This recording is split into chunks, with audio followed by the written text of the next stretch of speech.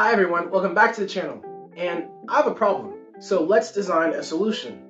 Think of it as product design or your simple DIY projects.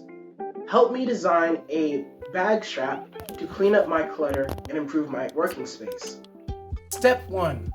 Define the problem. My problem would be I have too many bags and backpacks just laying around. They're all over the floor. They make my space feel messy. So what I would write down is design a storage solution that keeps my bags organized, easy to access, and doesn't take up extra floor space. So think about the problems that you face in your design process. Step 2. Research and inspiration. In product design, the first real step after defining the problem is research. Designers look at existing solutions. You're doing the research, aren't you? No, I'm sending you everything that Daystrom had on Bruce Maddox. I don't want it. Carry on. In my case, that would be shelves, hooks, or cubbies. And consider what works best and what doesn't.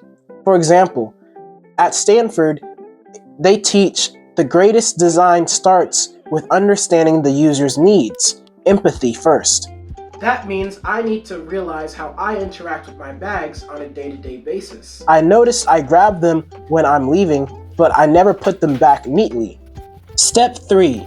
Brainstorm. This one is really self-explanatory. You don't really need much. You can think of different ideas in your head, sketch it down on a piece of paper, or just go with your first idea. Step 4. Select a concept.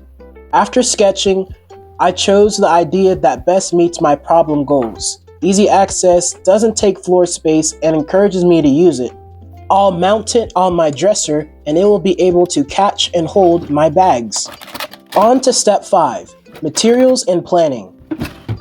I need materials that are strong, easy to work with, and inexpensive. It's always better to find what materials you have around the house that you aren't really using before you go out and buy something. So what I'm doing right here is measuring how long I want my strap to be on my hook. Because I found this hook around the house that we weren't using, and I grabbed some old jean material and some fabric that I already had because I like to sew. And together I'm going to sew a small strap with a button and mount it on my dresser. In the design process, step 6 is important. Prototypes. If you are really making a product you want to sell to other people, it's always good to make a prototype to make sure all your designs work exactly how you planned it. But for this design, it's simple enough where I can control all the steps relatively easy and don't need to make a prototype.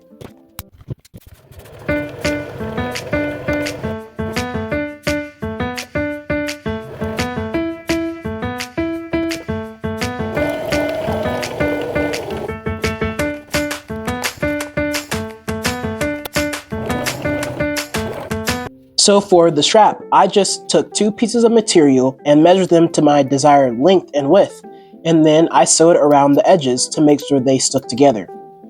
Now I am adding these clamp buttons to the inside part and to the outside part. This step, you kind of have to make sure they line up pretty good and perfectly so that your design doesn't get ruined. Now, I think it ended up pretty good, and now that I have the clamps there, I can always modify it in the future. I think it went perfectly just how I designed in the previous steps. Let's move on to step 7, user testing. I used the strap for a week to see if it actually solved my problem. Designers always test their products with real users, and in my case, I'm the user. Always remember to put your products through real tests. Don't go light just because you don't want to remake it or fix the design. Always make sure it is viable and correct to how you envisioned it. Remember, you can always make a better version. Boom! Our strap for the bags is complete. Functional, organized, and even looks really cool. This improved my space and gave me a quick intro into how design solves problems. If you enjoyed this video, hit the subscribe and remember to keep creating.